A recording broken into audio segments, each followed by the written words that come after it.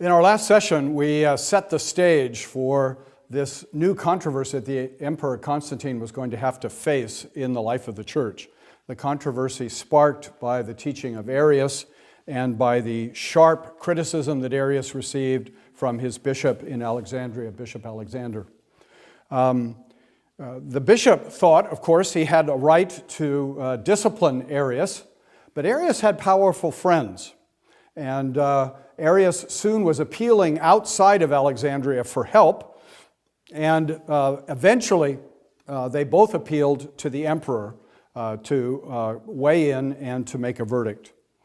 Constantine liked to be appealed to. It's one of the nice parts of the job of being emperor. You get to make decisions, you get to run things.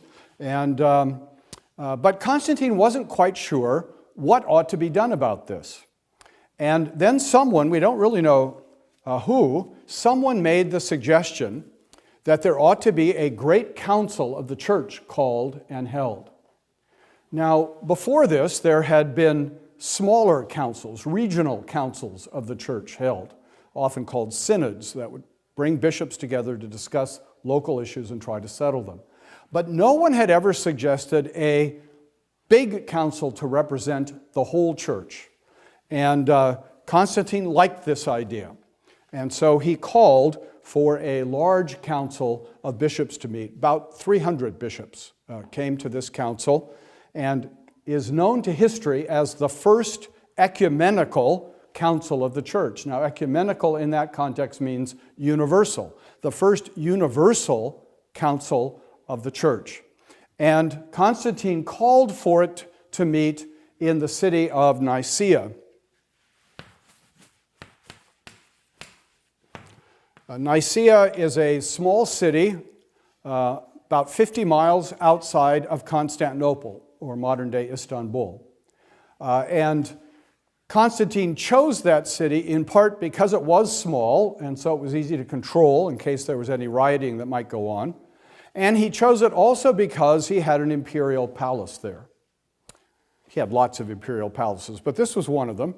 And so he went himself to this council, and indeed, in effect, presided over the council. And it was a most remarkable gathering. Here were bishops, some of them still maimed from having been tortured in imperial prisons as young men, now invited to the imperial palace by the emperor himself. And in the room where they met, Constantine greeted them, dressed in gold and purple, all his most impressive, majestic best, and he addressed the council as "most dear brothers." A remarkable condescension on the part of the emperor to embrace these bishops who, as I say, only decades before had been persecuted, now as brothers welcomed to this council. So they were really impressed, which meant they were more inclined to kind of go along with what Constantine wanted. Nonetheless, the debate was ferocious. How are we going to solve this theological problem? Who is Jesus in relation to the Father? How can we understand that? What is the best way to express it? Arius was there, supported by a variety of bishops, and Alexander was there, supported by a variety of bishops, and by his new young right-hand man, then just a deacon in the church, by the name of Athanasius.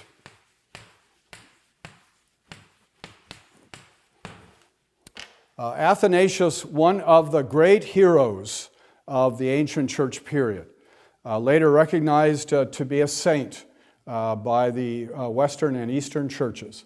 Athanasius, a man of great courage, of great faithfulness, and of great insight into theological truth. And Athanasius would later become Bishop of Alexandria and become the key defender of orthodoxy. And he would actually be exiled 5 different times, thrown out of his church, and then called back, always defending the truth. And so associated with Athanasius came the Latin phrase, Athanasius contra mundum, Athanasius against the world. He stood against the whole world in the name of truth, and he ultimately prevailed. So as a young man, he's there at Nicaea, and this debate goes on. How are we to understand the relationship of the Father to Jesus, of the Father to the Son? Now, when you think about it, there are a limited number of options as to how to understand the relationship of the Father to the Son. The one that Arius was promoting really was that the Father created the Son. So the Father is God, and the Son is a creature. He may be a wonderful creature. He may be a creature created before the world was created. He may be superior to all human beings, but he's only a creature. And that position of Arius is still around today. It's the position that the Jehovah's Witnesses hold to. That's what they will try to tell you when they knock on the door. So that's one idea, that the Father creates the Son. Another idea is that there are really two or more gods, that the Father is God and the Son is God, but they're different gods. That's kind of what the Mormons teach. But that, of course, runs against the whole Jewish tradition that Christianity had inherited, that there is one God. If there's anything you learn from the Old Testament, it's that there's one and only one God. So, if there's only one God, the option that the Father and the Son are different gods doesn't really work. There was another option advanced by some in the early part of the church called modalism. And modalism says there's just one God, and Father and Son are just different names for the one God. So when Jesus is on earth, he's the Son, that's his title, but his person is really the person of the Father because there's only one God. And these people were actually willing to say the Father died on the cross. Well, immediately you can see that really sounds strange, doesn't it? There's nothing of that in the Bible. So this modalism protected the oneness of God, but it didn't really protect the distinction between the Father and the Son. And so there were options that were, in a sense, easy to rule out. They're still modalists today. There are oneness Pentecostals. Have you ever heard of the oneness Pentecostals? They deny the Trinity. They say there's just one God, Father and Son are just titles for the same person. At this council then, there was this discussion, well, how can we express the fact that the Father and the Son are both divine but are distinct? And they came up with a word, homoousion in Greek, which is translated same substance in English. The Father and the Son share the same divine substance. They are homo, which is the Greek word for same, ousion, which is the Greek word for being or substance or essence. They are the same substance. Athanasius and Bishop Alexander liked that word. They thought this was the word that would be the trap to catch Arius. This is the word that would flush him out and show how heterodox he was. Arius and defenders said, well, you can't impose that word on us. That's not a biblical word. We're just being biblical. You always have to worry about people who resist theological, technical terms in the name of being biblical, and at least examine whether they're not trying to hide something. Athanasius saw we need a technical word to flush him out and really make clear his problem. When Constantine heard that Alexander and Athanasius liked this word, he rallied around. Again, we don't know if he really understood what he was doing, but at least his instincts were not bad at that moment. And so they wrote a confession. They wrote a creed, the Nicene Creed. I don't know if some of you know that creed. Well, the critical part of the Nicene Creed is what it says about Jesus. And what it says about Jesus is, he is God of God, light of light, very God of very God, begotten, not made.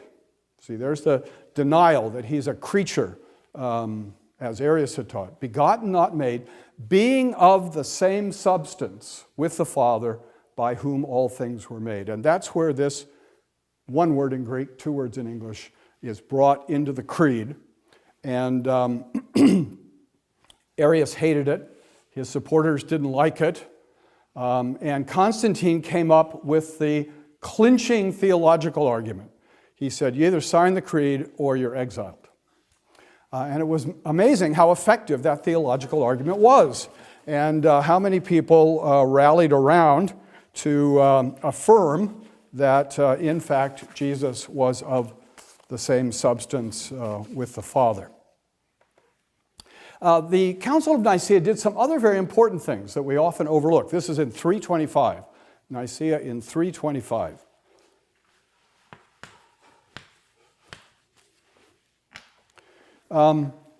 It did some disciplinary things for the life of the church. It set the date of Easter.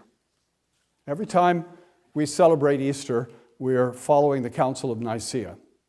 We may not remember that, but it's a very strange calculation by how we calculate Easter every year, but that was decided at the Council of Nicaea. It was decided so Easter would always fall on Sunday, because Easter celebrates the resurrection of Christ, which happened on Sunday.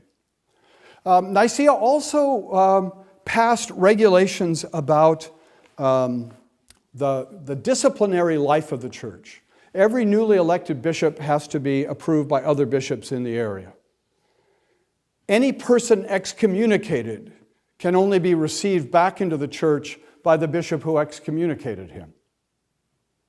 And the sixth canon of the Council of Nicaea said that Rome, Antioch, and Alexandria should be given special recognition to hear appeals of issues that can't be settled locally by bishops.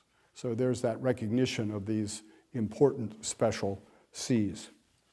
So this discipline was very important, and it became very important, particularly relative to Arius later, because Arius was excommunicated after Nicaea by Bishop Alexander. And that meant that Nicaea had said Arius could never be brought back into the church except by the Bishop of Alexandria. And Arius refused to sign. Some of his supporters claimed later that when they signed the creed,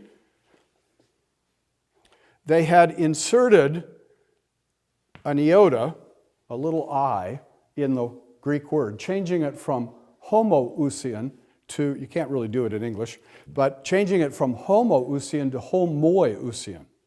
And the word homoi means similar. So they said, we didn't really say he was of the same substance with the Father, we said he was of a similar substance with the Father. They probably didn't really do it, but they claimed they did later. And what the church discovered after Nicaea is that instead of having two parties, they now had three. This is often the result of a church council when you try to solve a split. So you have the Nicene Orthodox, who say homoousian, the same substance. And then you have the semi-Arians, as they come to be known, who say homoiousia, similar substance. And then you have the radical Arians who say heterousia, a different substance. And you have these parties now sort of warring at each other, and Constantine is not happy. And over time, Constantine becomes convinced by the semi-Arians that this is sort of a battle in a teacup, and the best way is just force everybody back together. And that's what Constantine orders. Everybody should just get along. The problem is, for everybody to get back together, Athanasius, now Bishop of Alexandria, has to lift the ban of excommunication against Arius. And guess what? He refuses to do it. And guess what? He's exiled and deposed by the emperor, and a new bishop is put in his place who'll do what the emperor tells him to do.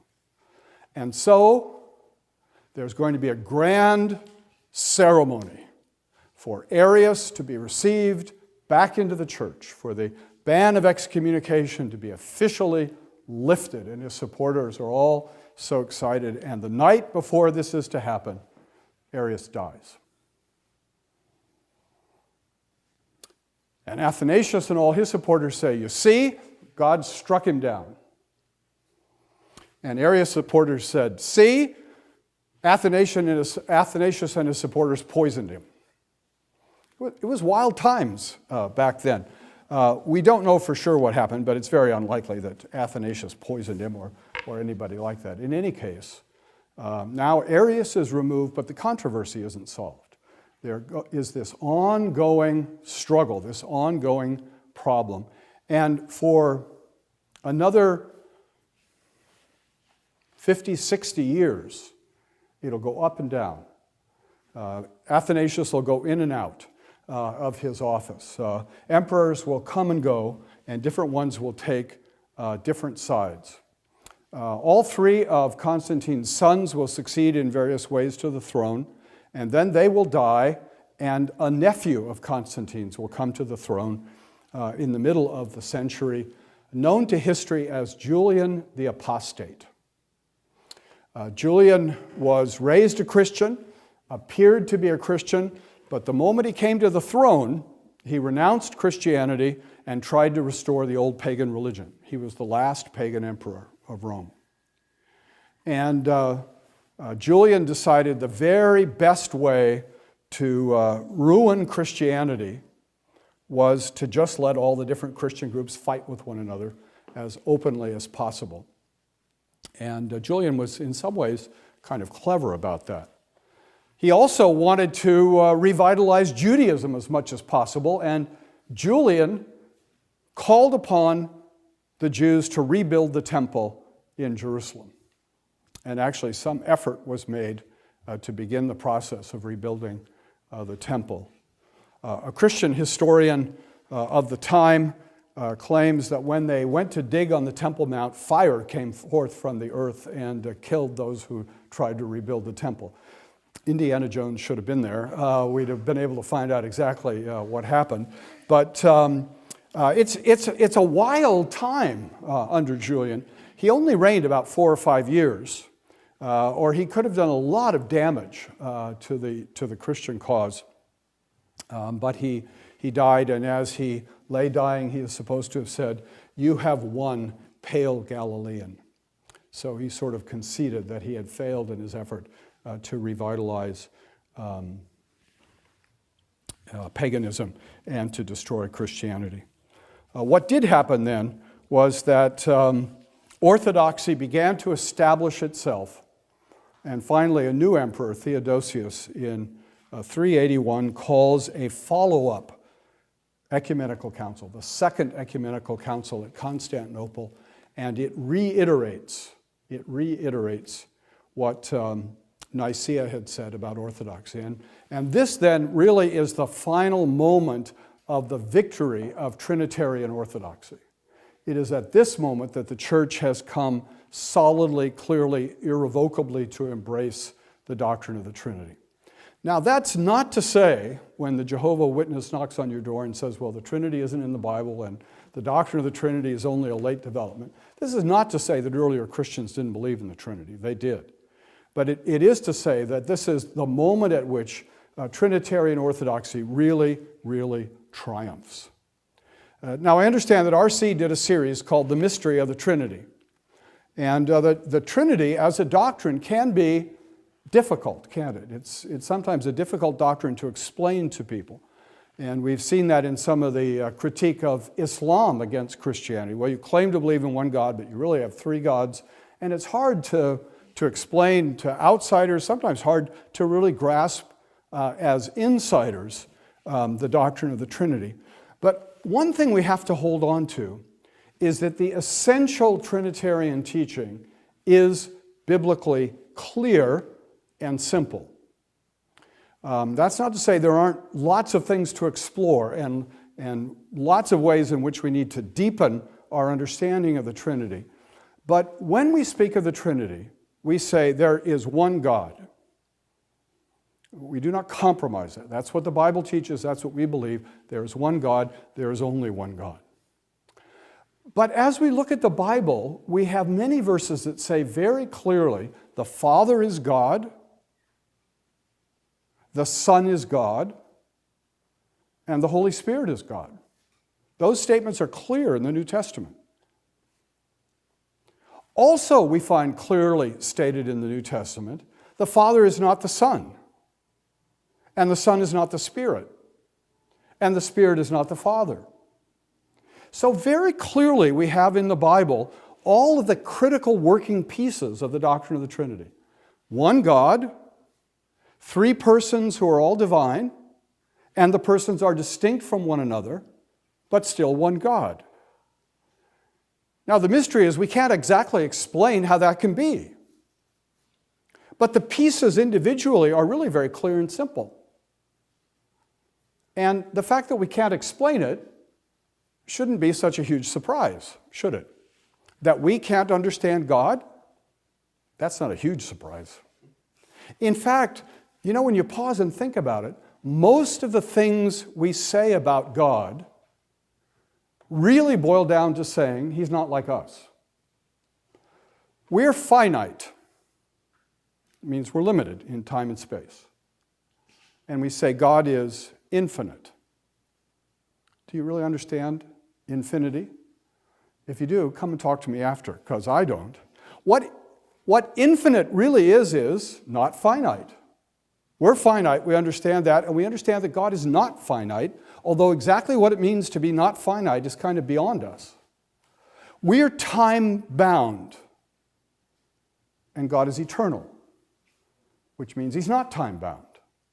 But exactly what it means to be not time-bound is beyond our experience. We can talk about it, we can have ideas about it, but we can't fully comprehend it. Even what it would be like to be omniscient, to know everything, to have all power, to be, as the theologians put it, immense, filling all things without taking up any space. All of these are true things about God that we derive from Scripture, but in each one of them we recognize it goes beyond what we can fully understand about God. So we shouldn't be surprised that His Trinitarian existence goes beyond what we can fully understand. Athanasius was not standing up for a rational principle. He was not using a technical theology to establish the reign of rationality. He was standing up for the Bible. He was standing up for the fullness of what the Bible said about God and about Jesus. And that's why this Nicene orthodoxy has really stood the test of time and has served the church so well. So as we come to the end of this lecture, we see the important understanding that was reached about Jesus in His relationship to God. And in the next lecture, we're going to come back and look at the struggle of the church to understand Jesus in His relation to humanity. If Jesus is fully divine, what does that imply about His humanity? And we'll look at that next time. Thank you.